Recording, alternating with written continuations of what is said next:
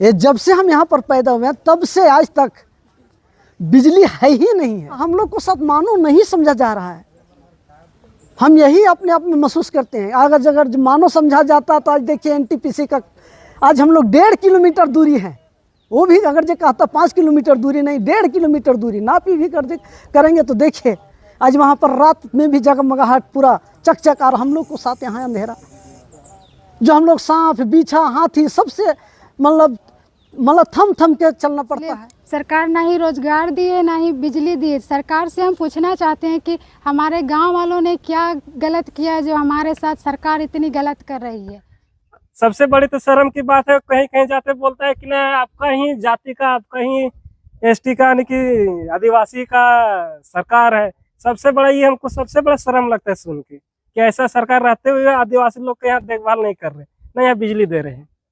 ये झारखंड का वो हिस्सा है जहां जिंदगी है मगर रोशनी नहीं। दरअसल यह कहानी है हजारीबाग जिला मुख्यालय से करीबन 20 किलोमीटर दूर स्थित बड़कागांव प्रखंड के चेपाकला पंचायत के लगभग 150 लोगों की आबादी वाले पंदनवा टांड टोला की, जहां इंसानों ने सूरज तो देख लिया पर बिजली का चेहरा आज तक नहीं देख पाए।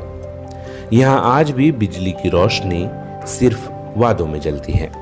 जब मैं शादी होकर यहाँ आई तो बहुत दुख हो रहा था और एडजस्ट करना पड़ा। मुझे बड़ी अजीब सा लगा क्योंकि वहाँ मुझे आदत थी बिजली से, लाइट चलता था घर का, मेरा मोबाइल चार्ज होता था, बिजली से जो भी जैसे फ्रिज में पानी पीना और फैन चलाना, यहाँ कुछ भी नहीं था। बहुत दिक्कतें होती, यहाँ तक कि इस गांव में बिजली नहीं होने के कारण मेरी शादी में रुकावट भी आई थी कि जिस गांव में बिजली नहीं है वहाँ के लोग कैसे होंगे, इतना पिछड़ा गांव है। और आज भी यहाँ समस्या हो जाती है शादी के लिए। जब भी कोई लड़की देखने जाते हैं तो कहते हैं उस गांव में हम लड़की नहीं देंगे जहाँ बिजली ही नहीं है, वहाँ कैसे रहेगी, ये सोच के। और दुख की बात यह है कि मेरी शादी को 8 साल हो गया, फिर भी जब से हम आए हैं कोशिश कर रहे हैं अपने तरफ से पूरे गांव वालों के साथ मिलकर, हर बार आवेदन दे चुके हैं, फिर भी कुछ सुनवाई नहीं हो रहा है। और डिजिटल दुनिया में अगर बिजली नहीं है तो सबको सोचना चाहिए कि यहाँ के लोग कैसे अपने बच्चों की पढ़ाई लिखाई करेंगे, कैसे ऑनलाइन का ज़माना में कैसे ये सब मोबाइल से ऑनलाइन शिक्षा प्राप्त कर पाएंगे, ये सब सोचने की बात है। बिजली ना रहने के चलते यहाँ एक बार नहीं कई एक बार आप लोग भी देखे होंगे, कई एक बार हाथी का प्रकोप हुआ है जो जनमानुष को क्षति पहुंचाया है, मवेशियों को तोड़ा फोड़ा है, घर तोड़ा फोड़ा गया है, कुछ मौत भी हुई है, कुछ मृत्यु भी हुआ है। आज से 3 महीना पहले हमारी दादी थी बड़कागांव प्रखंड के 1.5 किलोमीटर दूर लौकरा में महुआ चुनने गई और वहीं हाथी कुचल दिया, उसकी मृत्यु हो गई। वन विभाग में आया, साधारण 40,000 रुपया दिया, सहानुभूति किया। जो आजकल सरकार बोलती है डिजिटल इंडिया, बोलते हैं आज का युवा भविष्य है। अब बिजली नहीं है तो युवा भविष्य कैसे बनेगा? जो सरकार पूरा बड़ा बड़ा मैंने न्यूज में देखते हैं, कभी जो बोलता है कोई बोलता है नहीं आज का युवा भविष्य, तो हम लोग को युवा यहाँ पूरा अंधेरा में जी रहा है, तो भविष्य कैसे बनेगा देश का? 21वीं सदी की दौड़ में ये गांव अब भी वक्त की पगडंडी पर चल रहा है, जहां बाकी दुनिया सोलर एनर्जी और डिजिटल इंडिया की बात करती है, यहाँ लोग अब भी मिट्टी के चूल्हे और ढिबरी के सहारे जिंदगी गुजारने को मजबूर हैं। यहाँ ना तो तार है ना ट्रांसफार्मर, अगर कुछ है तो सिर्फ और सिर्फ इंतज़ार। चुनाव से पहले हमारे जो पूर्व विधायक जो थी उनके द्वारा यहाँ पर बिजली को लेकर के शिलान्यास भी किया गया। जैसा कि आप देख पा रहे हैं ये जो पोल यहाँ पे गड़ा है वो मुखिया चुनाव से कुछ दिन पहले गड़ा हुआ था। अब कारण कुछ भी रहा हो, बट मेरा है कि ठीक है एक समय के लिए मान लेते हैं कि आप चुनाव जीते हारे वो अलग मैटर है, लेकिन यहाँ के लोगों का भविष्य सुधरे इसके लिए एक सकारात्मक पहल हो।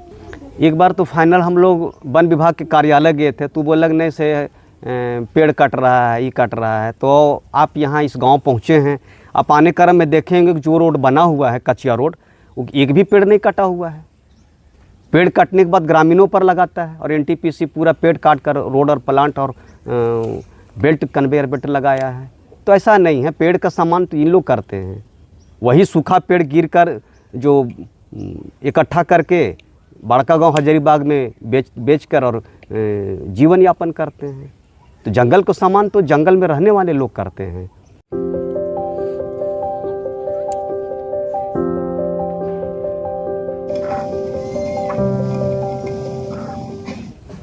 देखिए, यहाँ भारत सरकार के द्वारा संचालित एनटीपीसी का कोयल माइंस है और ये एशिया का सबसे बड़ा प्रोजेक्ट और बड़ा कारपोरेशन है। तो महज 1 किलोमीटर दूर में, आधा किलोमीटर के दूर में चकचकाता रोशनी है और उस रोशनी को देख कर यहाँ के लोग, यहाँ के बच्चे तरसते हैं कि काश हमारे घर में भी बिजली का रोशनी होता और उस रोशनी का हम पढ़ लिख कर तालीम लेते और आगे बढ़ते। गुस्सा भी आता है और आंसू भी आता है। आंसू इसलिए आता है कि हम लोग कि आज देखिए लाइट मतलब पोल खूटा गड़ गया तो अंदर से गुदगुदी आया कि हाँ आज 1 महीना नहीं 2 महीना, 2 महीना नहीं 3 महीना के अंदर में हम लोग को आज यहाँ लाइट जलेगा, इसलिए अंदर से गुदगुदी होता है। उसके बाद साल कुछ बीत जाता है तो अंदर से इतना महसूस आता है क्लब, और इस बात पर महसूस आता है कि हम तो अपने जीवन को अंधकार में चलिए गए और समय बिताए देने के लिए मेरा बच्चा भी क्या अंधकार में जाएगा और कहाँ उसका भविष्य क्या होगा। यही बात लेकर के हमको अंदर से इतना महसूस आता है सर कि कहना नहीं, क्या कहें। इस बात पर मुझे बहुत बड़ा दुख आता है। स्थानीय मुखिया की पहल पर गांव में सार्वजनिक जगहों पर कुछ सोलर लाइट जरूर लगाए गए। गांव के कुछ लोगों ने भी अपने खर्चे काट कर घरों में सोलर लाइट की व्यवस्था की, लेकिन वह भी दिए को तिनके का सहारा के जैसा ही है। जैसे हम लोग कुछ दिन ढिबरी का लाइट से जीवन गुजर किए और किसी हाल से पैसा वैसा जुगाड़ करके और मैंने मजदूरी करके सोलर लाइट लिए हैं एगो, और उसी से हम लोग मोबाइल चार्ज करते हैं। मेरे बस में जो था, हमने पंचायत से लड़ करके, क्योंकि यहाँ पे बहुत अंधेरा था और हर साल यहाँ पे हाथियों का तांडव होता है। तांडव मतलब कि पूरा झुंड के झुंड आते हैं और कब किसके घर में घुस जाए ये पता नहीं होता है। यहाँ के ग्रामीण रात में 2 बजे 3 बजे रात में ही फ़ोन करते हैं, मुखिया जी हाथी आया है। तो उस समय जो भी मेरे से हो पाता है मैं वो करता हूँ। उसी संदर्भ में यहाँ के जो उस टाइम के वीडियो थे जितेंद्र मंडल जी, उनसे सहयोग मिला और मैंने मतलब जबरन, जो नियम में नहीं भी था फिर भी उसके लिए मैं लड़ाई करके कि भाई यहाँ के लोग कम से कम इतना तो सहूलियत हो कि लाइट देखें। लाइट होने से हाथी डिस्टर्ब ना करेगा, अपना वो कम से कम दिखेगा कि हाथी किस ओर है। तो लगभग जितना बस्ती देख रहे हैं, बस्ती के बाहर सभी जगहों पर मैंने सोलर लाइट की व्यवस्था पंचायत के फंड से करवाया।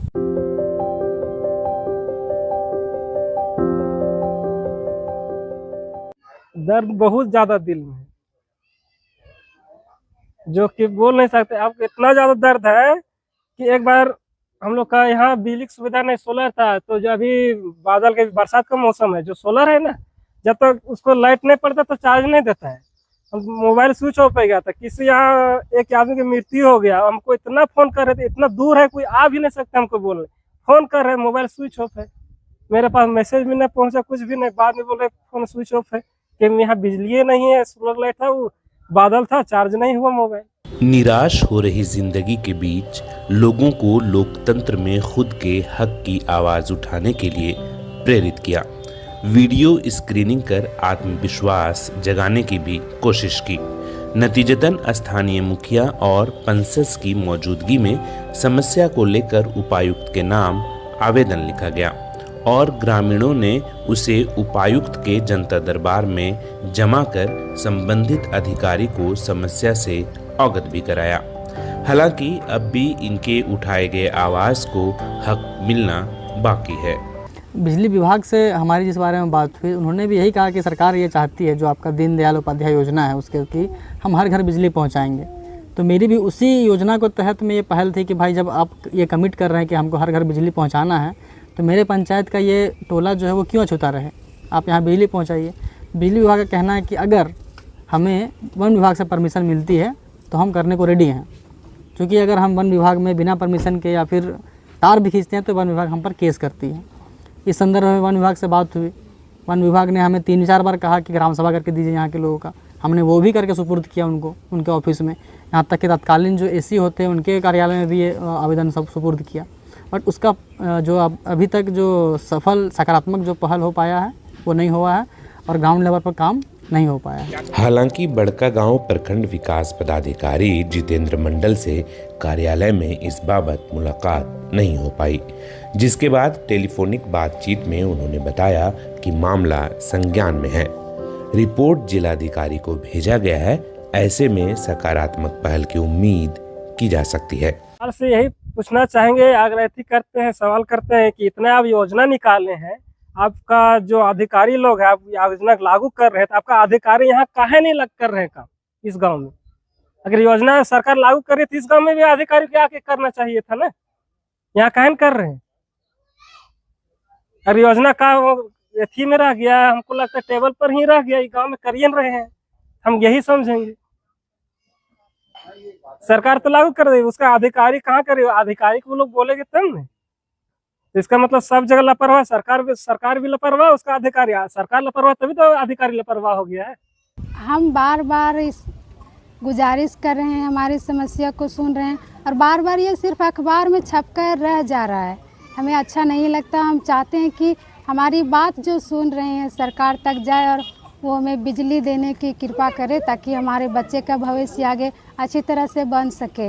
ये गांव गवाह है कि भारत का विकास तब तक अधूरा है जब तक हर गांव रोशनी से नहीं जगमगाता।